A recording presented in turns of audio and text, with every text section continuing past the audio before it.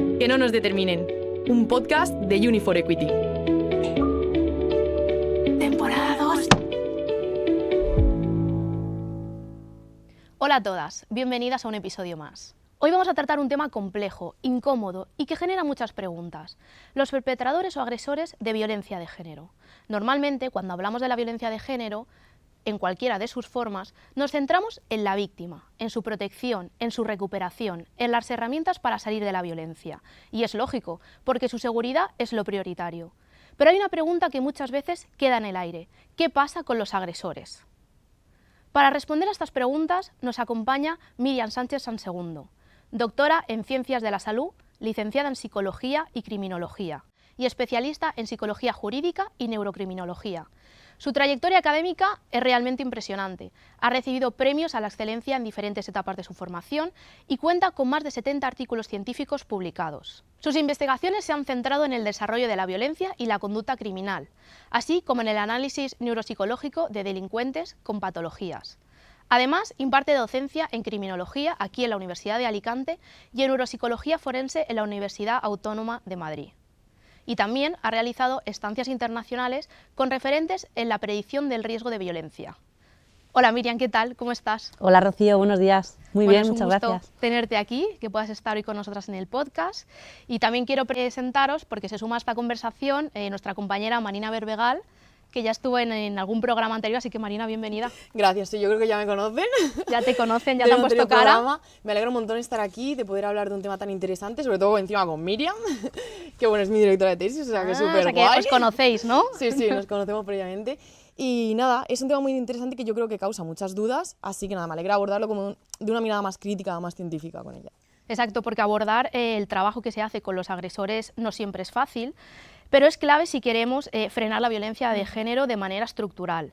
Si os parece, antes de meternos de lleno en esta conversación, vamos a ver cómo percibe la comunidad universitaria todo lo relacionado con los perpetradores de violencia machista y continuamos la conversación. Esto es Trabajo de Campus, un espacio centrado en darle voz a la comunidad universitaria. Estudiantes, profesorado y personal de la Universidad de Alicante responden a nuestras preguntas.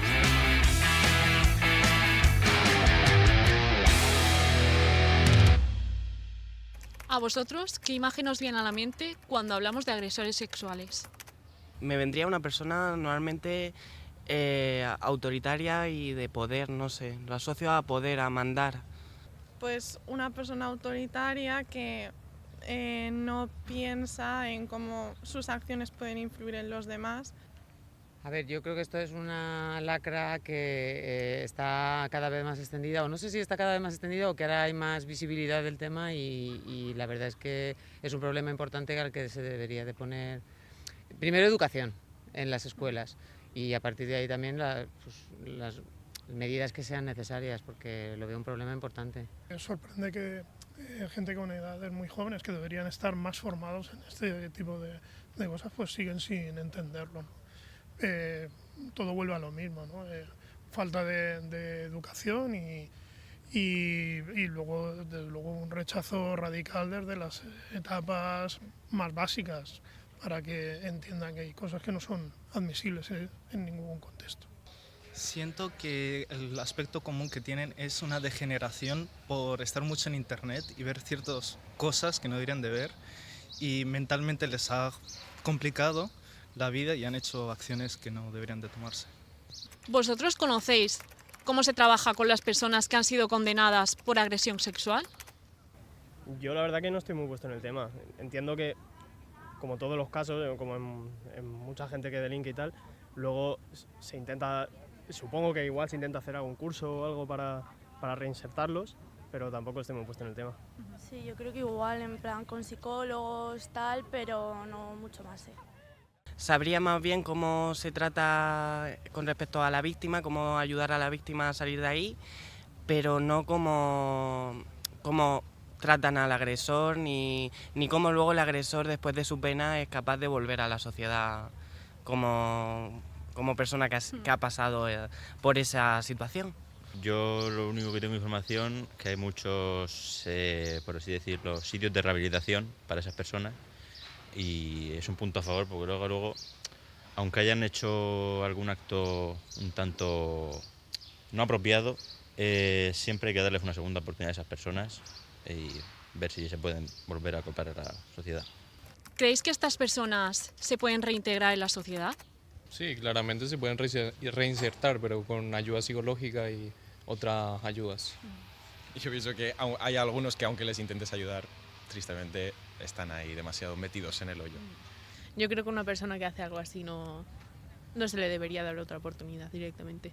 Son reincidentes, o sea, siempre son reincidentes, siempre los meten en la cárcel, salen y a los pocos días, pocos meses, pocos años vuelven a hacerlo. Cárcel de por vida, eso ya es un poco imperdonable, todo hay que decirlo. En plan, si eres capaz de hacer eso, ya no creo que puedas ser capaz de vivir en sociedad. Creo que hay que mirar caso por caso y ver y decir sí, ¿no? Porque hay gente que, hombre, que ya tiene su trastorno mental y que por desgracia pues no se puede reinsertar, y otros que a lo mejor, pues, yo qué sé, ha sido pues por circunstancias, pero eso, caso por caso, y es muy complicado.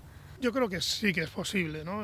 Realmente es difícil, en muchos casos pues algo que está tan arraigado a la persona puede ser muy complicado, pero yo confío desde luego en que todo se puede reconducir, y lo que hace falta es muchos más medios y mucho más personalización de cada caso para que se pueda sacar adelante.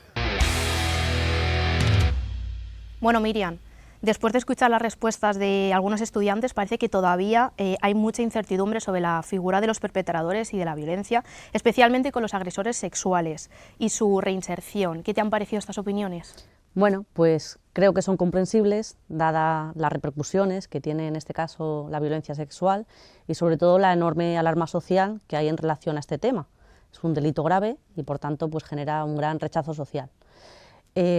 También hay que tener en cuenta sobre todo la elevada prevalencia que ha habido en los últimos años, o ha aumentado en relación a la delincuencia sexual, ha aumentado en torno al 5%, con lo cual pues es un tema de enorme repercusión en este sentido.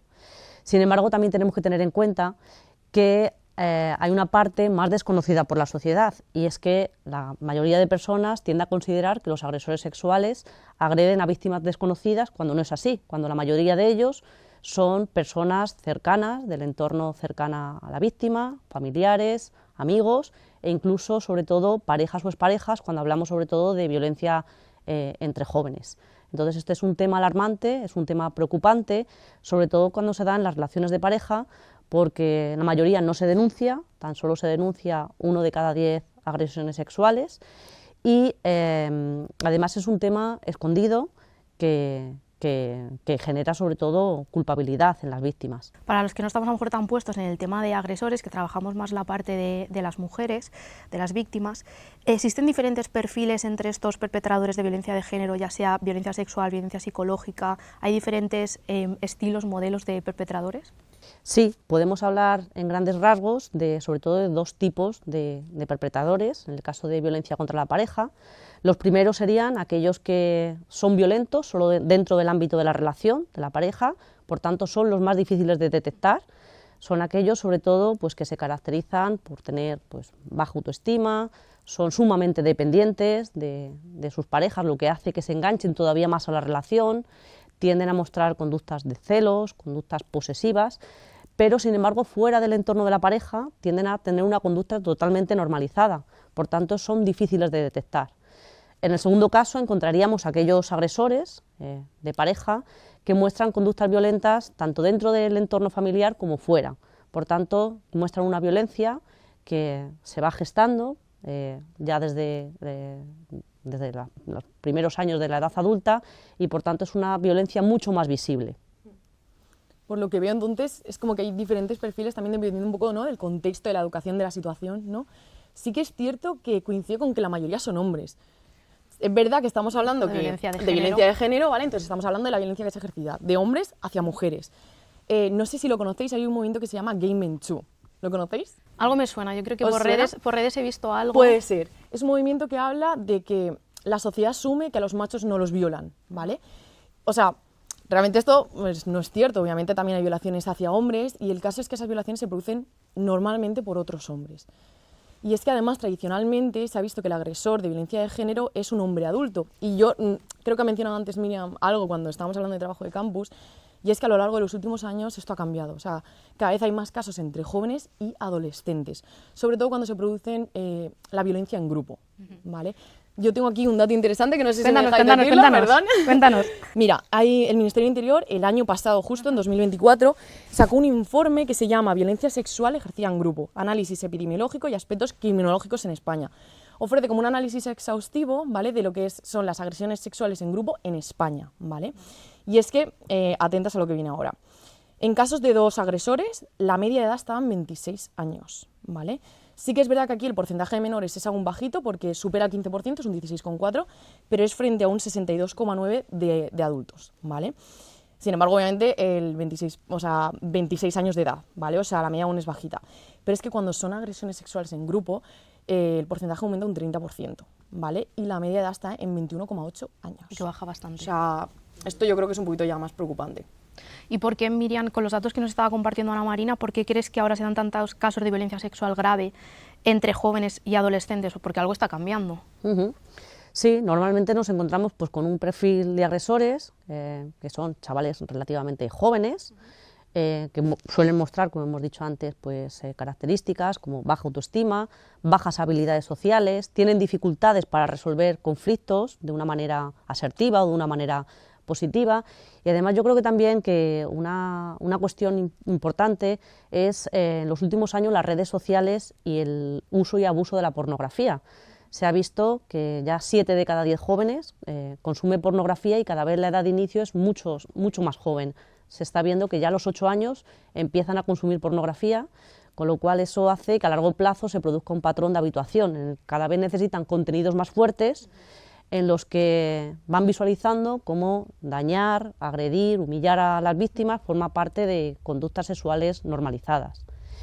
Y además aquí yo creo que también hay otro caso, otra cuestión que también está sobre la mesa, que también es importante, y es que también se está radicalizando el fenómeno del feminismo en el sentido de que muchos jóvenes tienden a considerar que el feminismo es un ataque a la masculinidad y por tanto pues reaccionan con conductas de rechazo, y creo que se están radicalizando más pues estos comportamientos o estas formas de proceder entre los jóvenes. Justo, es que aquí, o sea, es lo que estaba diciendo Miriam totalmente, o sea, la normalización de discursos misóginos y la influencia también de ciertos youtubers y ciertos streamers. Bueno, eso es un mundo, es un melón aparte, que claro. Un día lo abrimos. Sí, tipo los criptobros, este estilo, esta normalización de esta violencia tiene un impacto muy directo en cómo los jóvenes entienden las relaciones de poder y la sexualidad. Y el problema es que a nivel, o sea, desde una perspectiva epidemiológica esto es alarmante, ¿vale? Porque en vez de reducirse la incidencia, es decir, la aparición de nuevos casos, está aumentando en las generaciones más jóvenes. Es lo que hablábamos antes, ¿no? Lo que es las agresiones sexuales en grupo o en manada también denominadas, están aumentando, y es que incluso a veces se difunden y se graban esas agresiones sexuales y se difunden como una forma de validación entre ellos. Esto destaca un problema, o sea, algo muy preocupante en cómo en cómo se construyen estas relaciones en espacios masculinos. Sí, en cómo construyen también las relaciones con las mujeres, con sus parejas, porque ven. en programas de la temporada pasada ya abordamos tanto la pornografía como el machismo en adolescentes y nos dimos cuenta de cómo se está gestando una nueva forma de relación en las parejas más jóvenes. Además de esto que estabais comentando, ¿qué otros factores sociales y psicológicos también pueden influir en que alguien llegue a ejercer violencia en una relación de pareja? Bueno, pues sabemos que al final la violencia no está producida por una única causa, sino que al final es un conjunto de factores que incrementan que esa conducta se repita en el futuro. Y al final va a estar condicionada por factores psicológicos, sociales y culturales. A nivel psicológico hemos hablado ya de características que tienen que ver con esas falta de habilidades sociales, falta de asertividad, dependencia emocional que se produce también en muchos casos, falta de empatía, en muchos casos también hay una falta de empatía para ponerse en el lugar de la víctima.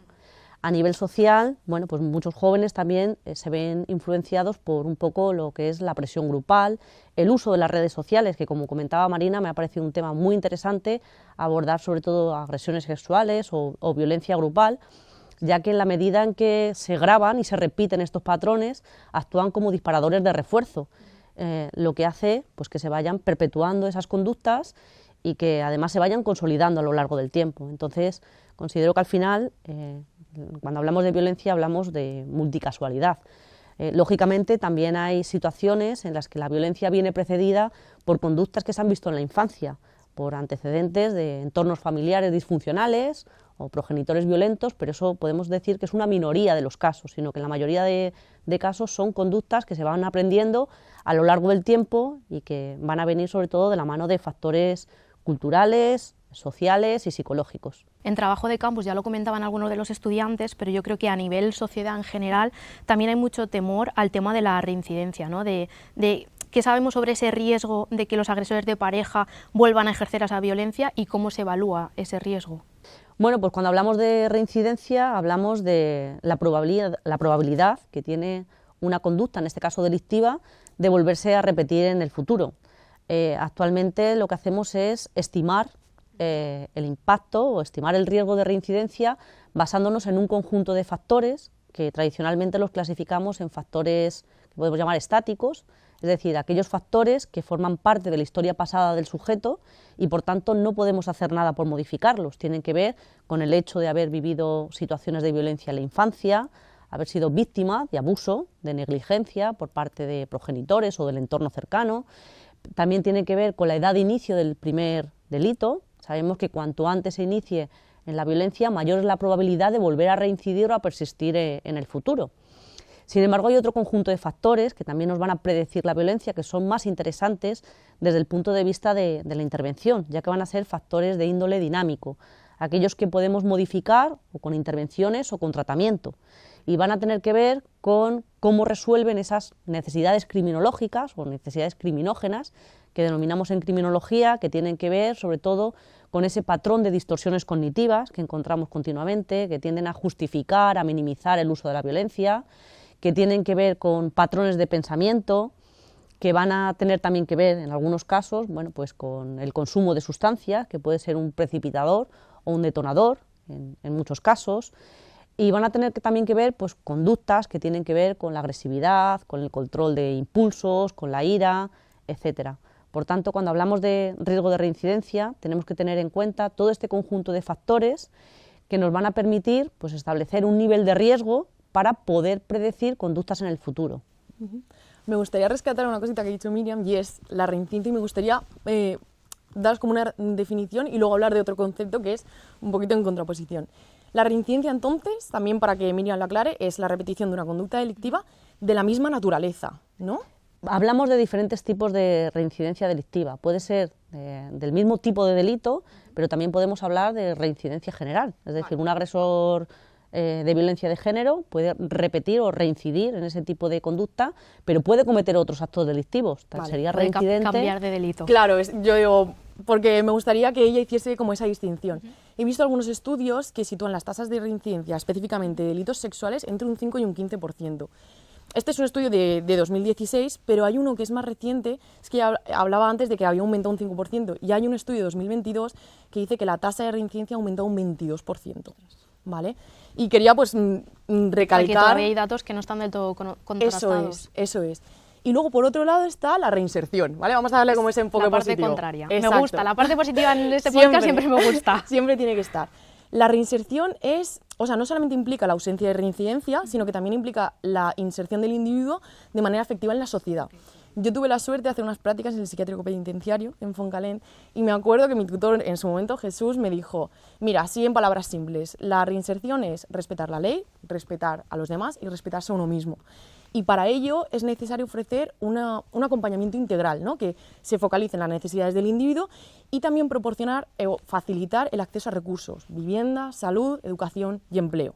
Y ya no solamente eso, sino fomentar la participación social, el respeto a los derechos humanos, obviamente, y además también sensibilizar sobre la reincidencia como una herramienta de prevención del delito y de cohesión social.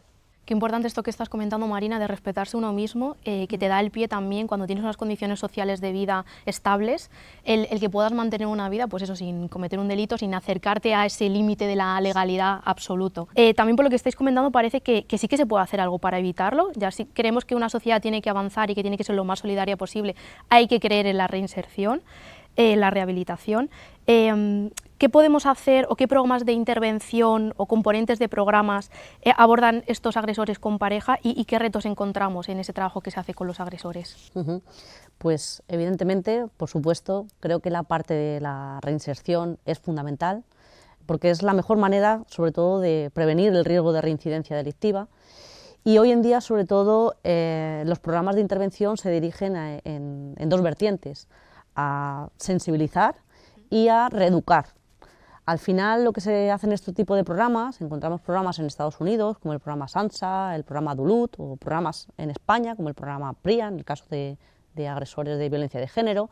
Se trabaja por paquetes de contenido o trabajamos en componentes, y lo que se pretende promover es sobre todo un cambio de actitudes y un cambio de patrones de pensamiento que hacen que esas conductas vuelvan a repetirse.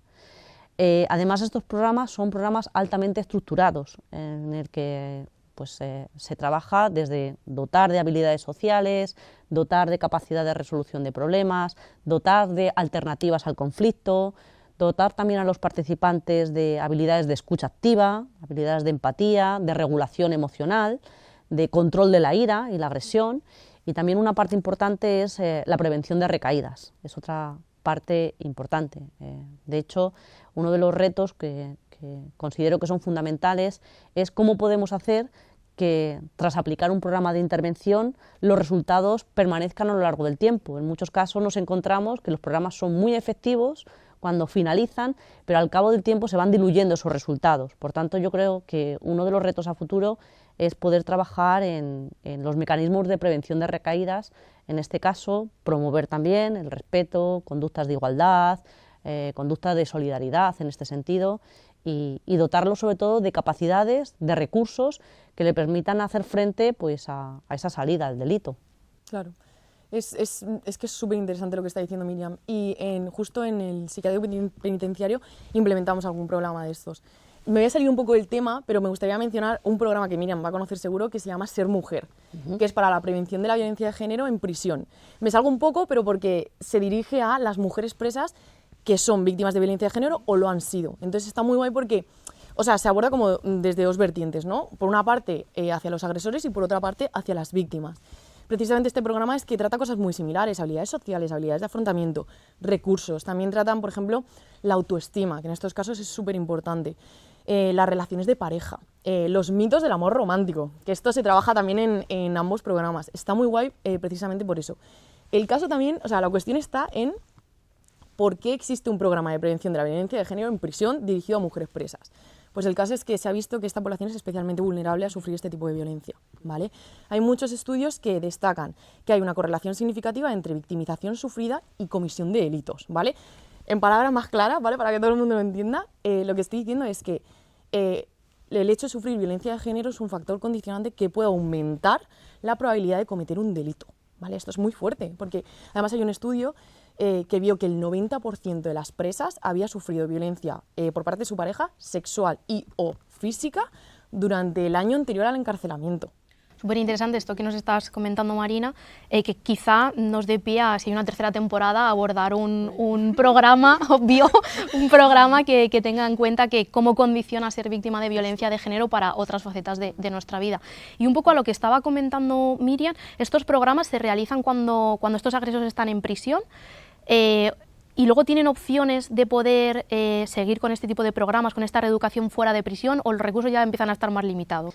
Pues ahí nos encontramos un problema, pero no solo nos encontramos un problema cuando en este caso estos reclusos salen de prisión, porque al final ningún tratamiento dentro de prisión es obligatorio, ellos se pueden negar a recibir tratamiento. Y sabemos que el principal factor para que algo funcione es que tengan motivación al cambio. Si no tienen voluntad, si no tienen motivación al cambio, pues difícilmente vamos a poder lograr resultados. El problema de fuera se les puede ofrecer recursos, apoyo, pero no hay programas como tal que estén dirigidos a modificar estas conductas como lo hace un programa estructurado, integrado y sólido dentro claro, en este caso de prisión, como hablaba Marina. Es que es tal cual. O sea, cuando lo hicimos en prisión era muy complicado. Sí que es verdad que tener en cuenta que era un psiquiátrico penitenciario. O sea, es doblemente complicado. Claro, o sea, es población muy inestable. Venían a la primera sesión y no venían a la última. Venían a una en medio y tal. Y el problema era, oye, ¿hay recompensa judicial o no la hay? Porque Claro. si no voy o si no, no Si voy. no tengo un beneficio, Claro, no me salidas apunto. terapéuticas, familiares, movidas entre presas, yo qué sé, es una población súper complicada. Y es lo que dice, o sea, no solamente, o sea, para la motivación, o sea, perdón, para que se produzca el cambio, no solamente influyen factores extrínsecos, sino también intrínsecos. Entonces, es muy complicado. Sí, yo creo que también muchas veces hemos escuchado eso de a los agresores ni agua, vamos a como apartarlos del camino, ¿no? Y puede también contribuir a que luego cuando están en prisión pues no se sientan queridos para Claro. entrar a ese tipo de programas.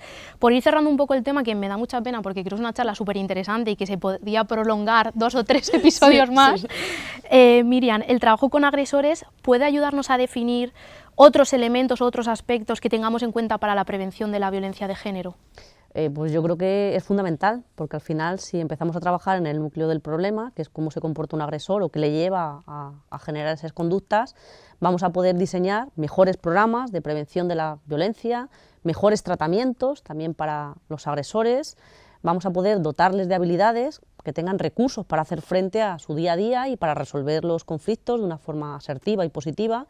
Y además también una cosa importante es que también contribuye a romper el ciclo transmisional de la violencia, en aquellos casos en los que han sido agresores que se han criado en entornos o familias disfuncionales. Existe mayor probabilidad de que esas conductas se repitan en el futuro. Si actuamos tempranamente y rompemos ese ciclo de transmisión de la violencia, al final vamos a poder, de una manera indirecta, trabajar con las víctimas, vamos a poder prevenir otro tipo de delitos, incluso prevenir otro tipo de victimizaciones. En esa parte considero que es importante tenerlo en cuenta. ¿Algo más que quieras añadir? Nada Ya más, todos es que tus ha datos cerrado están dados. perfecto. Pues nada, entonces Superguay. vamos a despedir un poco la entrevista. Miriam, ha sido un placer de verdad tenerte aquí. Yo creo que te vamos a rescatar para algún otro programa en el futuro, porque yo creo que mejor no se puede haber explicado. Así que un placer, de verdad. Muchísimas gracias a las dos. Gracias, Rocío, gracias, Marina, y ha sido un placer estar aquí con vosotras. El placer ha sido Y nada. nuestro, la verdad. Marina, querida compañera. Nada, nos un despedimos. gusto. Nos despedimos, yo creo que no te veo No. en antena, por así No, en decirlo, antena en no. programas próximos no nos vemos, pero nos vemos detrás de las cámaras casi todos los días, así que Sí que sí. es un gustazo. Como sabemos que este episodio se queda muy cortito para abordar todo el trabajo que se realiza con perpetradores y agresores de violencia de género, queremos que la reflexión siga más allá de este programa. Y es el turno de nuestro Rincón Cultural, con una recomendación para seguir profundizando en el tema desde otra perspectiva. Rincón Cultural, una sección que tiene muchas historias que contar.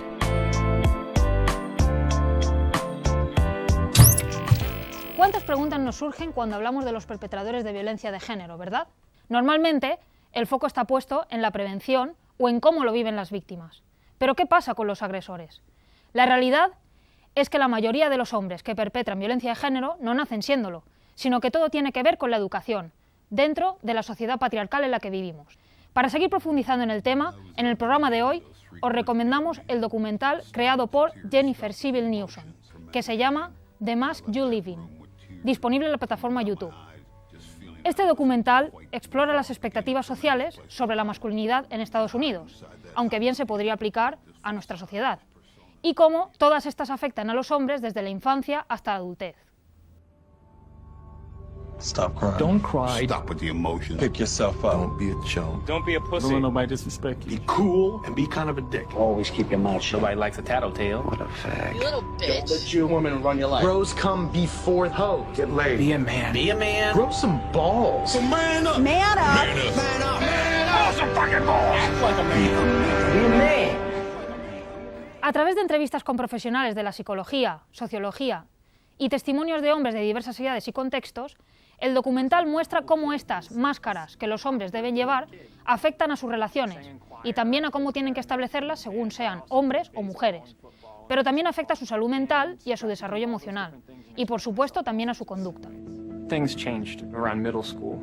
I started to get bullied and made fun of. You could call it a fag or a pussy or a sissy or a wuss. And that's when the social pressures really kicked in. I cut my long hair off, changed the way I dressed, I dropped my voice. I don't even know when my voice naturally broke. I have no idea because I forced it low. I played more sports and joined all the teams. I dated the head cheerleader and distanced myself from people who were less masculine than me. Además, se aborda el impacto de los medios de comunicación, el deporte y la cultura popular en la construcción de esta identidad masculina. Y se hace precisamente un llamado para redefinir lo que significa ser un hombre. At the touch of a button, anybody at any age, anywhere in the world, can have a panoply of sexual experiences, visual sexual experiences. Your brain is being affected. Dopamine receptors are being overactivated, and you get addicted to this visual stimulation. And the problem is the excess, and it's in social isolation. Jimmy is in his room alone doing this. He's cutting himself off from friends, family, and knowing how to relate to girls and women. If you're a teenager who's had no sexual experience, this becomes the social norm.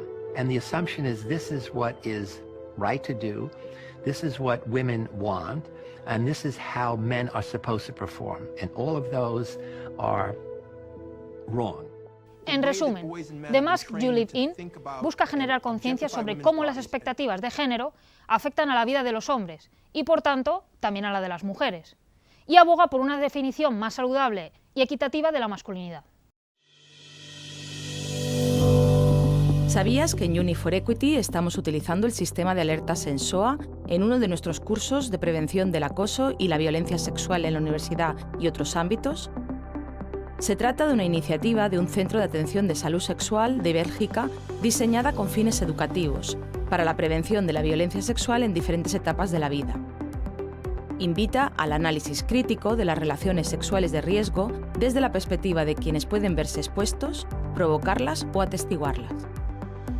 De acuerdo con este sistema, el riesgo y la seguridad en las relaciones interpersonales y sexuales deben valorarse en función de dimensiones como el consentimiento sexual, el deseo mutuo, la igualdad entre las personas implicadas, su experiencia previa en este tipo de relaciones y el nivel madurativo o de desarrollo de las personas implicadas. Se trata de una iniciativa que invita a reflexionar sobre las situaciones que incluso nosotros mismos podemos generar, experimentar o atestiguar que va más allá del consentimiento en las relaciones sexuales. Este sistema también es útil para la planificación de actuaciones frente a situaciones de violencia y acoso sexual ya ocurridas. Si te parece interesante, puedes saber más en los cursos de formación de la Unidad de Igualdad de la UA, financiados por el proyecto Uni4Equity. Y con esto llegamos al final, un episodio en el que hemos abordado un tema incómodo, difícil, pero muy necesario. Porque si realmente queremos erradicar la violencia de género, no basta con proteger y acompañar a las víctimas, que por supuesto debe seguir siendo la prioridad, sino que también debemos trabajar en la otra cara del problema, con quienes ejercen la violencia para tratar de evitar que lo sigan haciendo. Si os ha gustado el programa, no olvidéis compartirlo con quienes creáis que les puede interesar, seguirnos en redes y dejarnos vuestros comentarios. Nos encanta leeros y saber qué opináis. Así que nos vemos y nos escuchamos muy pronto. Hasta la próxima.